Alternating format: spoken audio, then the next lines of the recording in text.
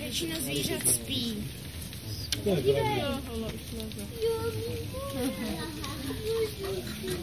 je pračka?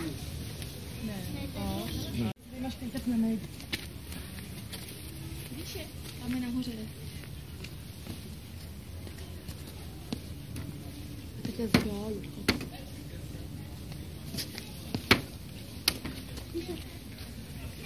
Tam leze, chodí, já teď podívám.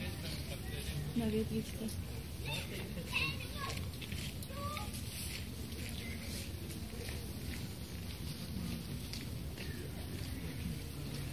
Ale šplhá po tím říži. Je šikovnej. To bude mít moc práce, nestřílek a čím si nový zvířátky. Tam.